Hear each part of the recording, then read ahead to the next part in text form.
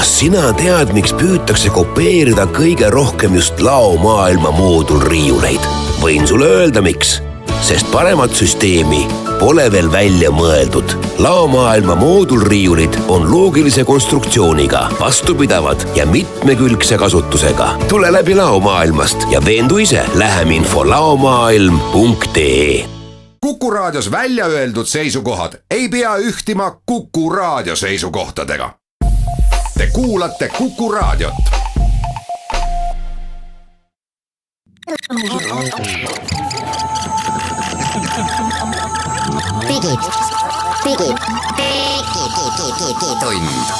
Digitund. Nutikad lahendused ja digitunni toob sinuni Elisa. 4. juuni 2018 on käes. Tere ja hommikupoolikut. Digitund alustab. Ants Lugas, Henrik Roonemaa uudisteportaalist geenius.ee. Ja tänases saates sellised teemad. Nagu ikka trollib Apple ja kiusab meid siin digitunnis täiega. Nii et täna toimub Apple'i iga-aastane suur üritus, aga õhtul. Ja me ei saa sellest saates rääkida, mida nad näitasid. Üks Eesti firma sai miljardit firmaks Taxify. Huvitav, kas see kuidagi mõjutab ka tavalisi sõitjaid? Ühes Eesti olulises veebiteenuses oli oluline turvaauk ja küsimus on, kuidas see sinna sai ja miks nii vana turvaauk üldse seal veel oli. Ja me oleme jõudnud nii kaugele, et kui auto ei pidurda piisavalt hästi, liiga pikk pidurdusmaakond, siis saab paar rida programmi koodi kirjutada ja auto pidurdab palju paremini. Ja vaatame igasuguseid väiksemaid, rohkem ja vähem olulisemaid uudiseid, mis meile jääb ette, mille kohta meil on midagi öelda. Digitund. Apple'i iga-aastane suur üritus. Neil on paar üritust igal aastal, aga üks on siis see juunis igal aastal toimub Worldwide Developers Conference, mis on algselt ikkagi oli mõeldud arendajatele, et need Apple'i programmeerijad, iOS-i programmeerijad, äpitegijad tulevad kokku ja siis neile räägitakse, et kuidas Apple'il läheb ja mida uut nad saavad teha ja millised uusi võimalusi Apple on teinud. Aga see on ikkagi viimastel aastatel kasvanud selliseks väga suureks meediasündmuseks, kuna Apple on ju oluline firma, et siis ajakirjanikud on ka alati kohal ja Apple kasutab seda tihtipeale selleks, et tutvustada mingeid uusi asju. Ta on eelkõige muidugi tarkvarakeskne üritus. Ja, aga ma arvan, et ta läheb korda ka tavalisele Apple'i kasutajale, sellepärast, et seal nõuavad asjad välja, mis ühe raksakaga sügisel päriselt telefoni arvutusse jõuavad. Paar kuud läheb mööda, see siis teoks saab, on ju, aga ta on asjad, mis reaalselt jõuavad meieni. Ja me oleme olnud harjunud, eks ole, sellega, et igal aastal tuleb uus iOS ja uus macOS või vanasti oli see OS X, et meie seadmed lähevad hopsti iseenesest paremaks. Uusi võimalusi tuleb juurde ja nad lähevadki sellise sammuga, et nüüd juunis öeldakse, mis tuleb ja siis kuskil septembris tavaliselt vist on need uuendused tulnud. Nii et siis täna õhtul eeldatavasti Tim Cook läheb lavale ja kõik need teised Apple'i kuulsad inimesed ka ja nad räägivad ja näitavad meile, mida uut ja põnevat nad on teinud, aga ainult et Hans tutvus kuulujuttudega või selliste mõistlike eeldustega, et mis sealt siis täna tulemas on ja väga ei oska keegi, nüüd ei teagi, et kas on väga hästi hoitud saladused või ei ole midagi tulemas. 2 varianti. Jah, et 2 läbivat fraasi käivad kõikidest läbi, et mis nüüd tuleb, suured uued, kõvasti tööd on tehtud ja esimene fraas on see, palju väga suuri kapotialuseid arhitektuurilisi muutusi. Ehk siis asjad, mis tegelikult kuidagi välja ei paista, aga lubadus peaks olema see, et arvuti või telefon tarkvara töötab paremini, enam ei jookse kokku, lolle vigu ei ole, et suured kapotialused muutused. Ja teine fraas on siis väga sarnane, et mõned olulised suured uuendused on lükatud edasi järgmisse aastasse, et siis insenerid saaks rohkem keskenduda stabiilsusele ja töökindlusele. Jällegi, et sama asi edasi töötaks paremini, siis nüüd ongi uuendused, nüüd töötab. No tegelikult seda Apple'i tunnustuseks tuleb öelda, et seda nad on ikkagi varem avalikult ka nüüd lubanud, et nad võtavad natuke oma selle suure tarkvaraarendusel hoo maha, et nad ei kavatse hakata igal aastal tooma välja uusi, väga, väga põhimõttelisi suuri uuendusi oma tarkvaras, vaid katsuvad seda nüüd üle sammu kuidagi teha, et üks samm on siis selline vigade paranduse ja igas tarkvaras on vigu, et see ei ole mingi Apple'ile iseloomulik asi. Et üks samm on siis selline vigade paranduse samm, et kõik kapoti all töötaks ja siis teine samm on selline pikem, millega midagi uut juurde tuuakse ja praegustel andmetel ikkagi tundub, et täna on tulemas siis selline vigade paranduse samm. No paar konkreetset asja, mis on võib-olla huvitavad tõesti. Üks on siis see, ta on arendajatele mõeldud uuendus, aga mõte, et sa saad programmeerida ühe tarkvarajupi, ühe äpi korraga telefoni ja arvutisse. Et siis see on selline platvormide ülene põhimõtteliselt arendustööriist või vahend. Ja mis tähendab seda, et rohkem häid äppe mõlemas seadmes, ükskõik mis seadet sa kasutad, siis sama arendaja saab väga hõlpsalt teha sulle siis uue äpi. Et peaks vähendama seda aega, mis kulub äpi tegemiseks, vähendama raha, eelarvet, kõike.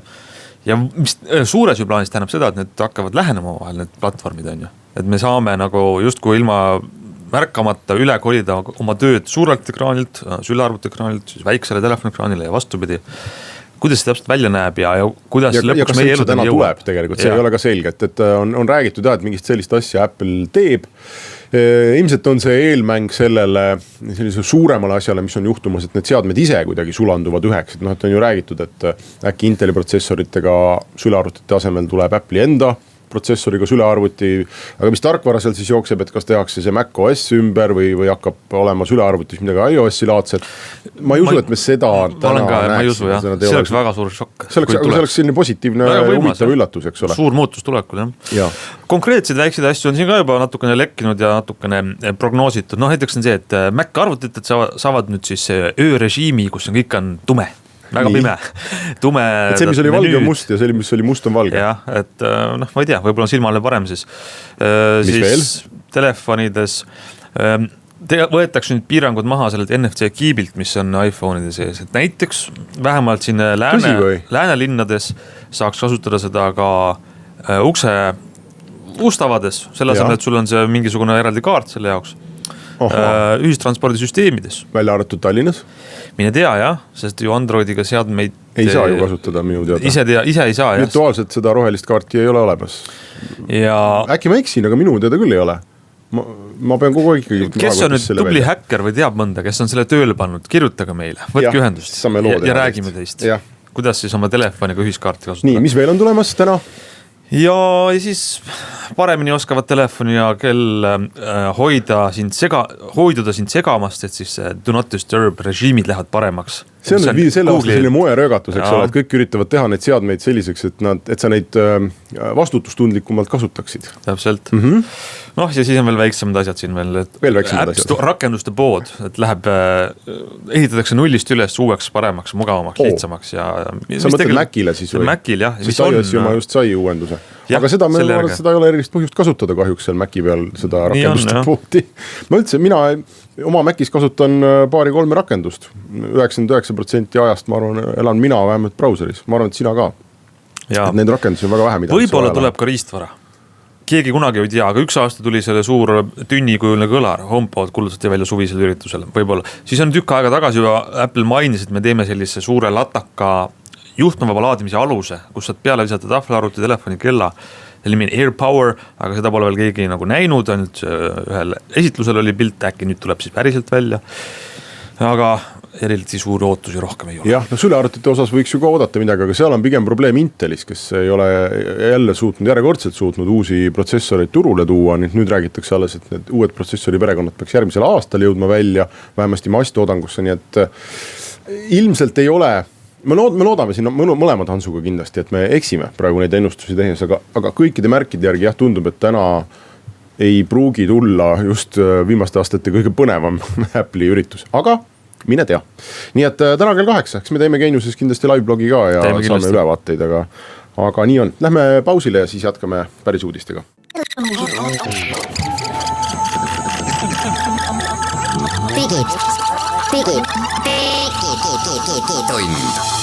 Digitund. Nutikad lahendused ja digitunni toob sinuni Elisa. Läheme digitunniga edasi. Ilmselt Eesti üldse kõige tähtsam uudis eelmisel nädalal, võib-olla siis tehnoloogia valdkonna uudis, sõltuvad teie siis sellisest hinge seisundist, oli see, et Taxify sai suure investeeringu. Tehinguga öeldi, et firma on väärt $1 miljard, päris palju nulle seal. Ja suur tulevik on ees, Daimler siis pani raha firmasse lootusega, et see kasvab edasi ja usub Eesti ettevõtjate ärisse. Taxify on kindlasti üks verakordne näide Eestis, kuidas tehnoloogiafirma üritab elu muuta ja teeb seda tihti valuliselt. Taksojuhid, taksofirmad, kiisud on kannatanud, aga võib-olla reisijate elu on paremaks läinud. Kas selle tehinguga, kus nüüd firma on nii kallis, kas sellega ka midagi muutub? See oli nagu üks küsimus, mida ma mõtlesin, me võiks korraks sinna arutlusele võtta. Kui te tahate teada, mida ütleb Markus Villig, kuulake meie saadet Restart, mis me laupäeval oli Kuku eetris ja podcastina saadaval, siis seal rääkisime tund aega Markus Villiga juttu, kus ta seletas lahti, miks see firma miljard väärt on ja kuidas ta tegelikult võiks veel palju rohkem väärt olla. Ja 200 miljardit oli see number, mis käis, mille te lauale viskas. Kuulake, siis saate teada. Ja see ei olnud mitte selline emotsionaalne number, vaid seal oli teatud arvutuskäik on neil täitsa taga, et sellest summast võikski natukene rääkida, et see summa ju püüdis ka eelmisel nädalal kõvasti Eestis tähelepanu ikkagi, et 175 miljonit tuli Eestisse raha. Siis Markus ka ütles, et see raha on neil käes, nii et ma eeldan, et kuskil Eestis on mõnes pangas on siis nüüd konto, mille jääk on päris tore. Ja see summa ja teiseks muidugi püüdis tähelepanu see miljardi vääring, eks ole. Ma võiks mõlemast rääkida. Teisteks see miljardi vääring on suhteliselt imaginaarne. Et see ei tähenda, et kuskil maailmas oleks praegu keegi, kellele oleks see $1 miljard arvel ja ta tahaks Taxify eest selle üle kanda ja see kindlasti ei tähenda, et Taxify tahaks ennast selle miljardi eest ka üldse müüa. Vaid see tähendab seda, et investeeringu raundiga siis kuna keegi pani, see Daimler pani umbes 100 miljonit sisse ja sai ja siis vaieldi mitu protsenti saada. Sai umbes 10%, siis järelikult, eks ole, 100% on väärt nende hinnangul siis miljardit. Niimoodi jõutakse sinna miljardi klubisse. Ja nüüd teiseks see summa, see 175 miljonit on absoluutselt Eesti startupi ja üldse iga Eesti firma jaoks, Eesti riigi jaoks väga suur summa. Siin ei ole midagi, seda ei saa nagu pisendada ja ei olegi vaja ja see on väga suur töö ja absoluutselt fantastiline. Aga Taxify ei tegutse Eestis. Ja Taxify tegutseb ülemaailmsel turul, eelkõige Euroopa, Afrika turg on neil võetud sihtmärgiks. Ja kui me vaatame nende konkurente ja seda, et mida nad siis, kuidas nad peaksid hakkama ju ikkagi maailma vallutama Taxifyga, mitte siin Põlvasse laienema või Paidesse laienema. Siis see Taxifysse pandud 175 miljonit praeguse raundiga on suhteliselt väike raha. Ja siin ongi nüüd need käärid, et idufirma versus Eesti firma, eks ole, et iga Eesti firma jaoks on tegu kosmilise summaga, aga ühe globaalse idufirma jaoks selles arvestuses ei ole tegemist kosmilise summaga, vaid tegelikult suhteliselt väikse summaga. Jah, sest nende turg on ju, ei ole mitte Eesti, vaid nad praegu ütlevad Euroopa pluss Afrika, mis on tohutu suur. Tohutu suur turg ja vaatame, et siin teisi kuulsamaid niinimetatud sõidujagajaid või neid nii-öelda sõiduäppe, eks ole, Lyft USA-s, nemad on kaasanud investoritelt 4,3 miljardit ja Uber 21,7 miljardit. Ehk need vahed on kümnetes ja Uberi puhul isegi seal 120 korda vist Taxifyga. Nii et selles arvestuses see Taxifysse pandud raha ei ole nüüd midagi, mis raputaks maailma.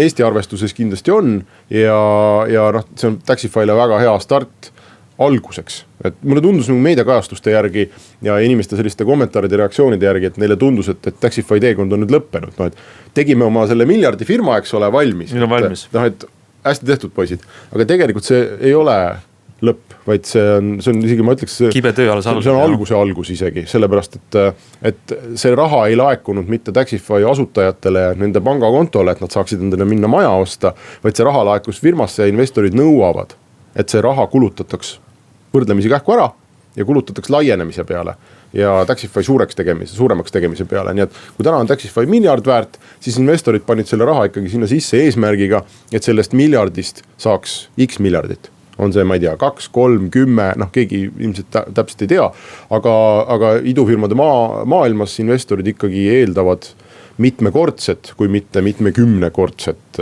tootlust siis oma investeeringutele. Jah, ja kui me võtta see number ja korraks nüüd tõlkida, et kuidas see meie tavalist reisijat mõjutab, kas me soovime mingisugust seosi tuua, siis kaks põhilist kohta, kuhu see raha kulub, 175 miljonit. Üks on siis, nagu Villig ütleb, et tehnoloogiat teha paremaks. Et auto tuleks võib-olla 10% kiiremini, väga lühike aeg, et sa saaks lähima auto kiiremini, et tellimus jaotataks kiiremini ära, et leidaks parem teekond, mis tegelikult ei mõjuta kuidagi, ma ütleks, seda tavalist reisijat, aga kui su firma tegutseb 25 riigis ja väga paljudes turgudes ja väga palju autosid on, siis on see 10% või 1% väga tähtiseks. Ja teine asi, kuidas see mõjutab tavalist sõitjat, mille peal raha kulub, on see, et makstakse autojuhtudel palka, aga ei võeta inimestelt raha, lühidalt öeldes. ehk siis kui me toome ta Eesti reaalsusesse, mis on Tallinnas toimub, meil tuli just üks firma Yandex Taxi siia, kes pakub, ma näen linnas reklaame 1 euroseid sõite. Ehk täpselt see, kuidas üks firma seda raha kulutab, nad panevad raha, et maksta juhtidele, aga ei küsi seda klientidelt. Ehk siis seda teeb Taxify neil turgudel, kus ta läheb, hakkab sinna raha sisse maksma, et saada juhte sõitma, inimestelt raha ei küsita. Ja kuidas see Eesti inimest mõjutab, ega otseselt ei mõjutagi. Ainuke see, et kui meil Tallinnas konkurents on, nii kaua on ka meil mõnus sõita selle äpiga, kui meil peaks ära kaduma siit. Meil on praegu Taxify, Yandex, Uber ja pluss veel väiksed Eesti omad. Et kui nüüd see kuivab kokku see valik, siis lähevad hinnad üles. See on loogika, mille alusel need sõidujagamise äpid töötavad. Jah, no, et kui konkurent ära kaob, siis läheb kalliks. Markus Villik rääkiski saates, eks ole, et see raha, suurem osa sellest rahast läheb uutesse linnadesse laienemisele. Ja kus seal siis see kulub, eks ole, kulubki sellise sisuliselt dumpingule. Et sa maksad autojuhtidele peale ja sa maksad reisijatele peale. Nii kaua, kuni sa oled siis selle turusa kätte saanud ja siis mingil hetkel sa pead hakkama neid hindu tõstma selleks, et see muutuks seal mõistlikuks, see sõitmine. Täpselt. Ja kui seal linnas juhtub mõni suur konkurent ees olema, siis käib selline nagu pokkerimäng, et kes viimasena silmi pilgutab, et see võidab nüüd, kes kui kaua nagu jaksab maksta või seda turuosa hoida, et mingil hetkel lihtsalt kas peab lahkuma keegi sealt turult või siis tõstma hinnad selliseks, et oleks mõistlik sõita. Ja see on ka investorite selline ralli, et taod kogu aeg oma sellesse Uberisse või Taxify'sse või Lifti raha sisse, et nad saaksid laieneda ja nii kaua kui kõik raha panevad, nii kaua saab ka seda dumpingut teha ja mingil hetkel lõpeb see ilmselt ära ja siis tõenäoliselt kõik need taksosõidu hinnad tõusevad. Välja arvatud juhul, kui tulevad isejuhtivad autod, sest nii nagu me intervjuust kuulsime, et siis võib eeldada, et seal sõidu hind võib kukkuda vaata et 70% või rohkem. Jah, et kohe Daimleri isejuhtivad autosid veel ei ole sõitmas, aga üks hetk ilmselt tuleb. Jaa, aga kui me juba räägime siin eestlaste suurtest tegudest, siis mainiks siia, meil on veel paar minutit aega, ära ka 16-aastase Eesti arvutientusiast Jasper Rebase suure teo. Suur töö, jah. See on, ma ei tea, kas seda on varem ka Eestis juhtunud. Meie Geeniuses ei ole varem kirjutanud sellisest asjast, et mõni eestlane oleks seda teinud vist. Mitte selle firma, aga mingis väiksemas formaadis keegi on teinud, ma mäletan, keegi poiss on leidnud sama asja, nagu nüüd praegu 16-aastane Jasper Rebane leidis, ehk siis maailma kõige tähtsam programm, ma ütleks selle kohta, on Google Chrome. Asi, mille me käime internetis, mis meid kaitseb ohtude eest, mis peab olema nii turvaline kui olla saab. Ja Jasper Rebane leidis sealt turvavea, andis sellest Google'ile teada ja Google nägi, et jah, see ongi päris viga ja me parandame selle ära ja andis talle ka preemia, mis on selge märk, et see on tõsine töö ja väga suur asi. Ja preemiaks oli $1000. $1000, ei mingi mitte nänn, vaid päris asi. See ei olnud nüüd Jasperile kuidagi selline Google'i poolt Google'i juhi Sundar Pichai allkirjaga tehtud erand, et ta $1000 sai, et suurte firmadel ongi sellised bug bounty programmid, et kes leiab mingi turvavea, annab teada, selle asemel, et minna see kuhugi põrandaaluses foorumis maha müüa, saab teha õige asja, anda firmale teada ja siis selle eest raha. Aga minu meelest on väga vahva, kuidas Jasper Rebane ise kirjeldas Geenius, oli ühel õhtupoolikul igav ja tulid pähe mõned ideed sellest, kuidas Chrome võib haavatav olla, mis seal ikka, proovisin eri mõtteid läbi ja õnnestukski viga leida. Nii et igavus sünnitab geniaalseid asju. Ma loodan, et Eestis on palju noori inimesi, kellel on igav.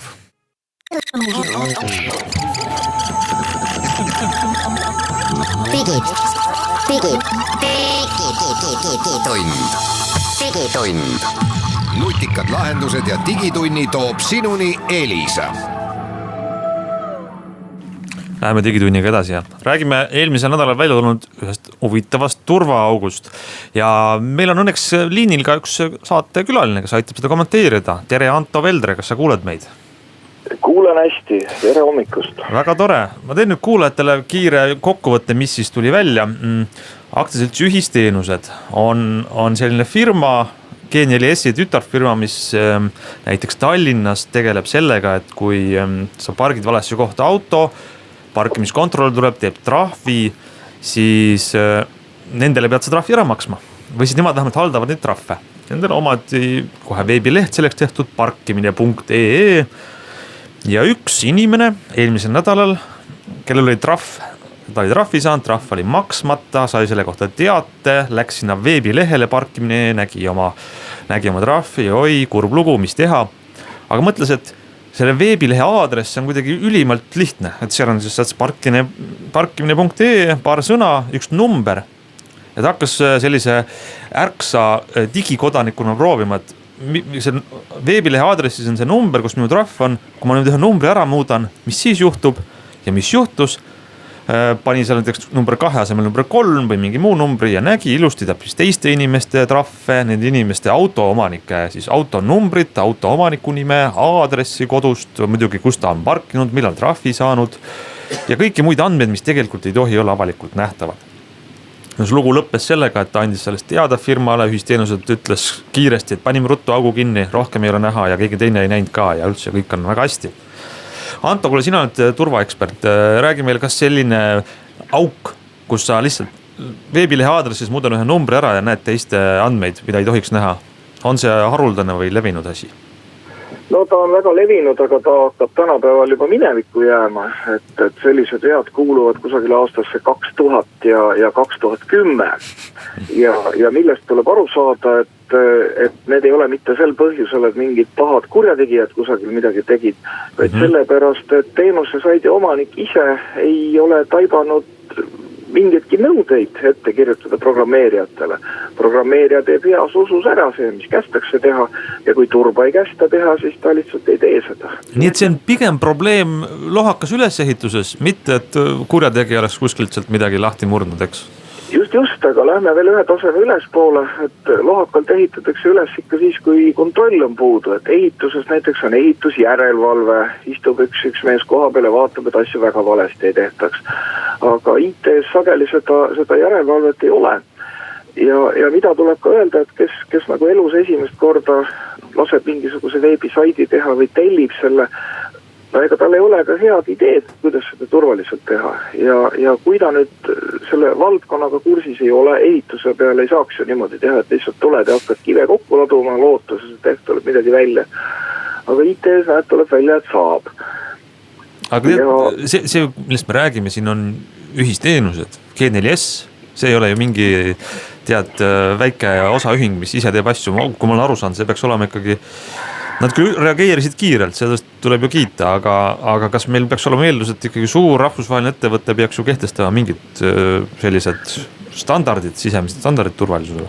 No neil ongi see kvaliteedijuhtimine ja muud asjad, aga tõepoolest, kui firma põhitegevusala on turvalisus, mis siis, et võib-olla mitte küberturvalisus, siis võiksid need asjad rohkem paigas olla.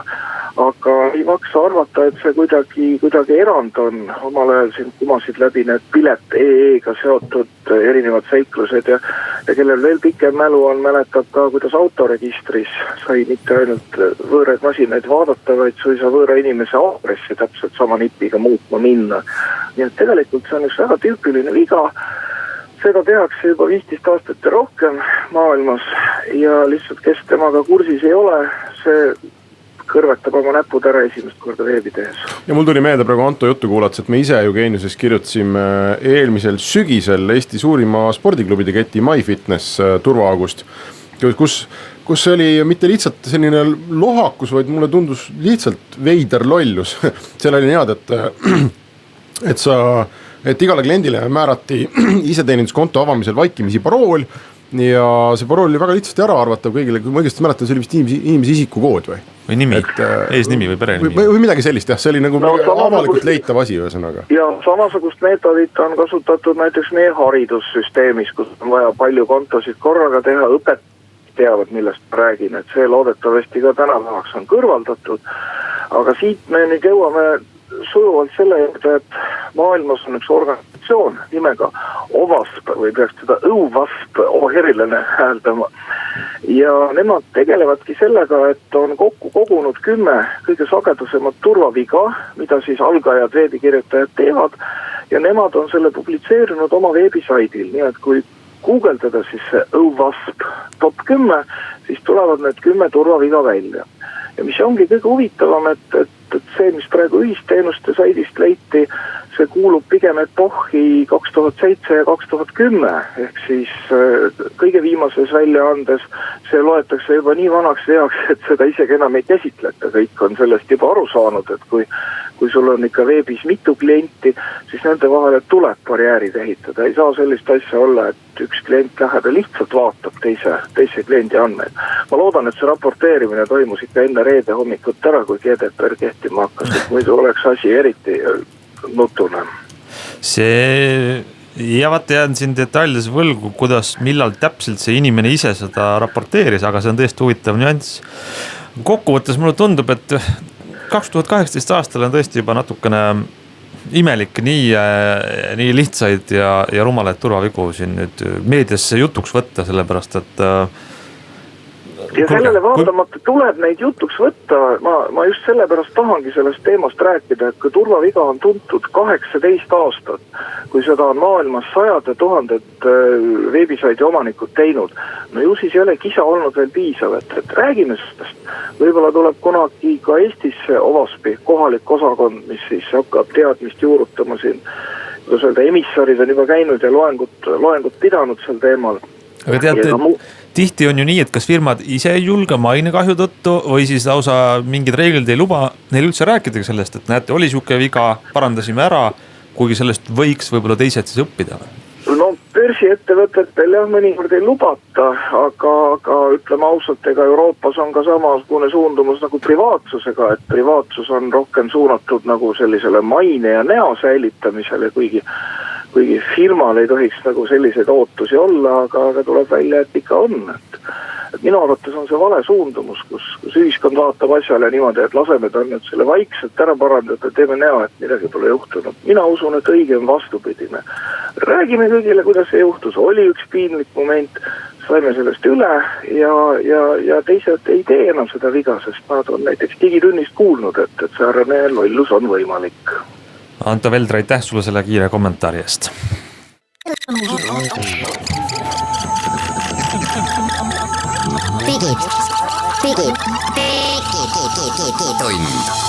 Digitund.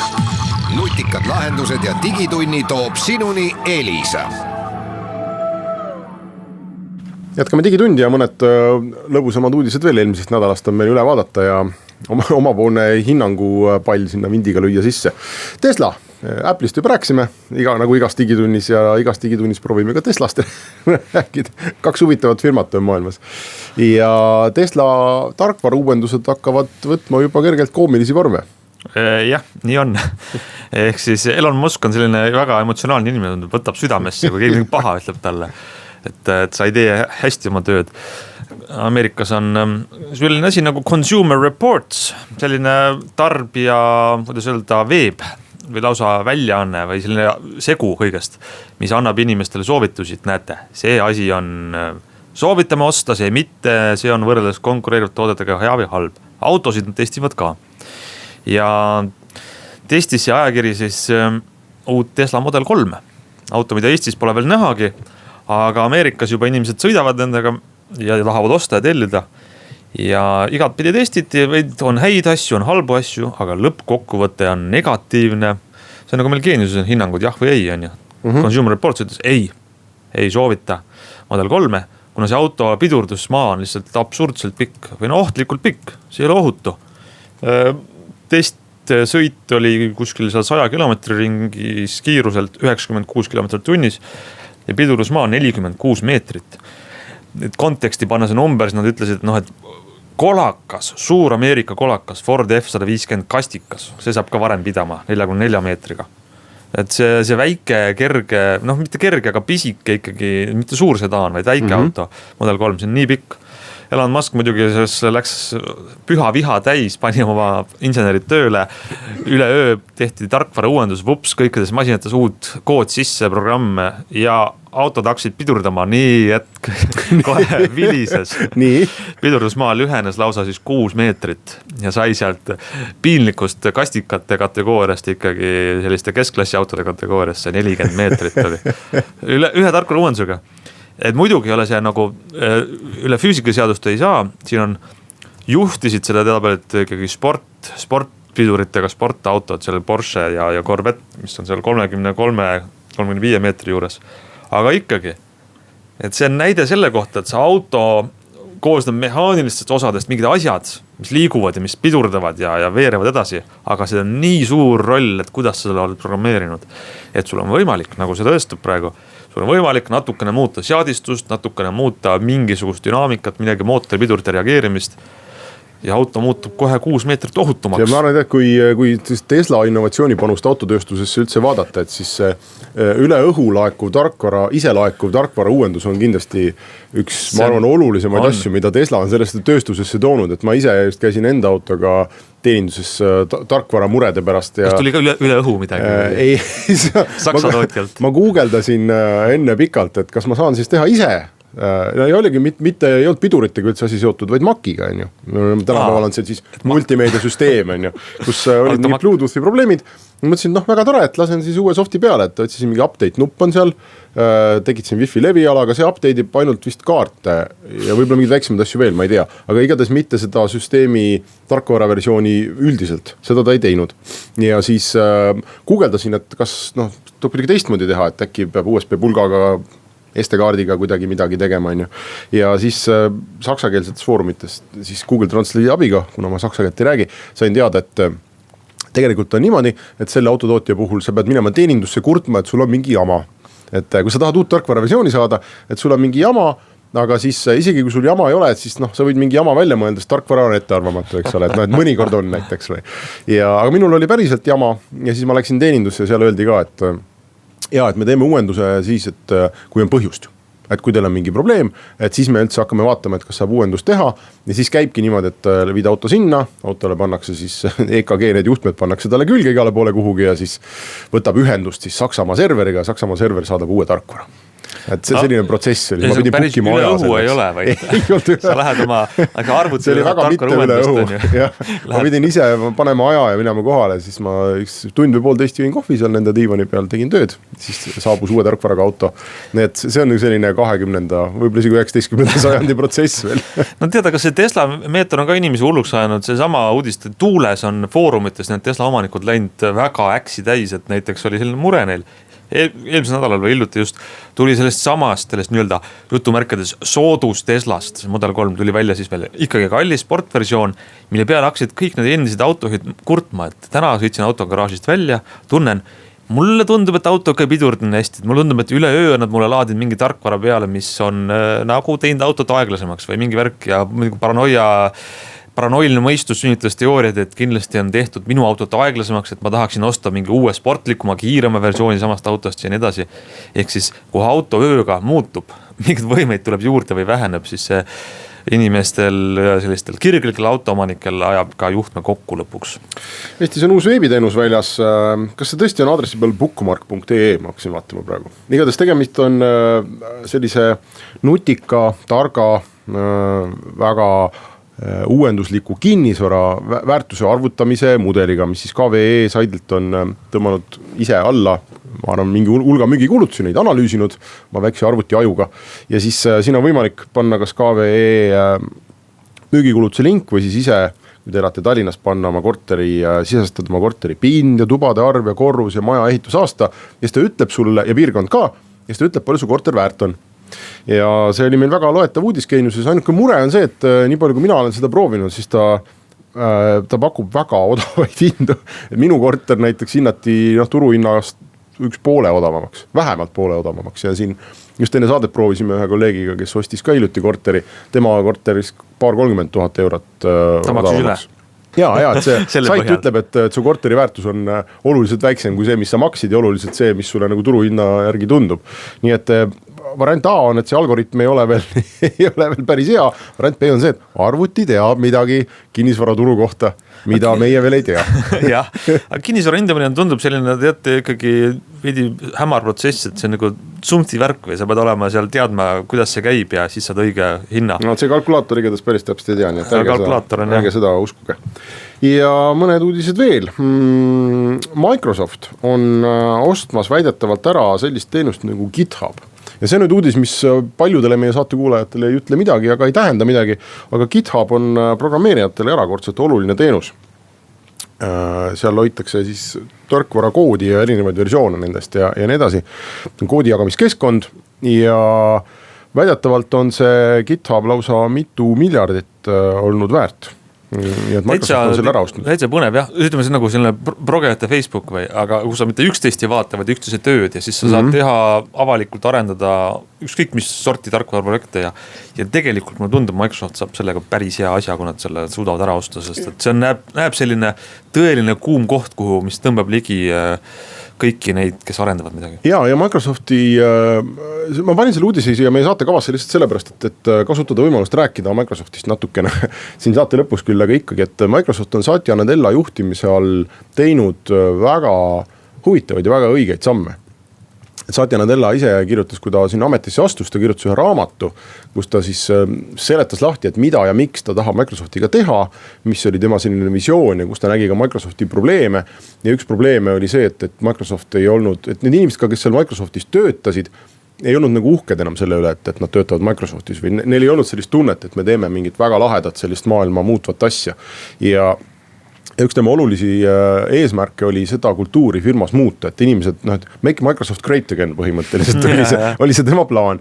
Ja mulle tundub, et see GitHubi ost mahub nüüd selle mütsi alla, et Microsoft teeb asju, mis on lahedad, mis on vajalikud ja tõenäoliselt mingil kombel ka neile äriliselt mõistlikud, aga kui me vaatame ka näiteks Microsofti seda lauaarvutite ja sülearvutite liini, mis küll Eestisse vist ametlikult ei ole müügile jõudnud. Ja ta nagu nõrgalt müüakse seda, aga sisu on hea. Jah, just, et ikkagi nagu praegu väga paljud inimesed peavad sülearvutite number 1 innoveerijaks, mitte Apple'it ega mitte Delli ega ma ei tea, mitte Lenovot, vaid just Microsofti, kes teeb kõige lahedamaid selliseid sülearvuteid ja kõige huvitavamaid arvutitooteid praegu üldse mõtleb välja. Nii et see on kõik selline Satya Nadella, mulle tundub sisekommunikatsiooni ja firmakultuuri muutmise eesmärk sama ilmselt rohkem, kui ta on äriline eesmärk. Ja teine selle märk selle kohta jube põnev on see, et kui sa võtad selle Apple'i ja iPhone'i, väga populaarne telefon, siis seal tegelikult väga suur hulk häid äppe on tehtud hoopis Microsofti poolt. Microsoft teeb häid iPhone äppe.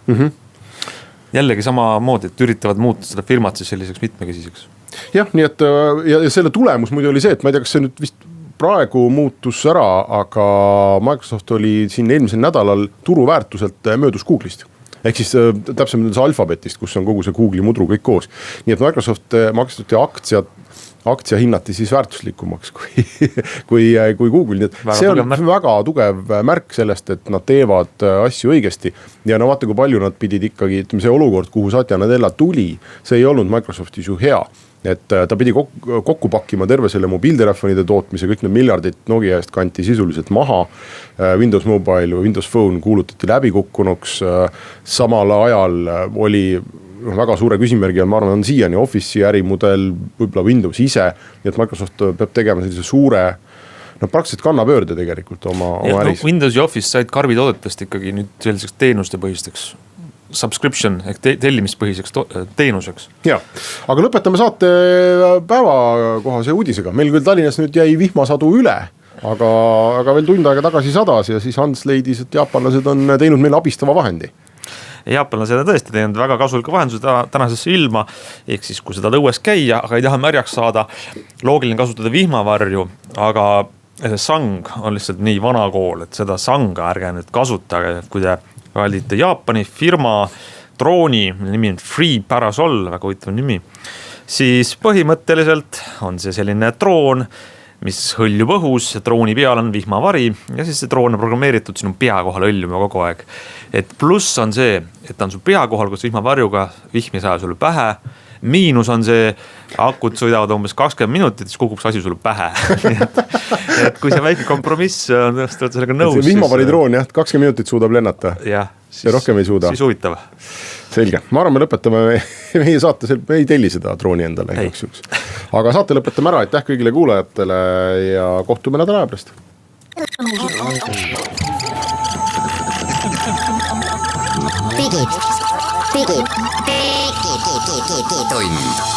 Digitund.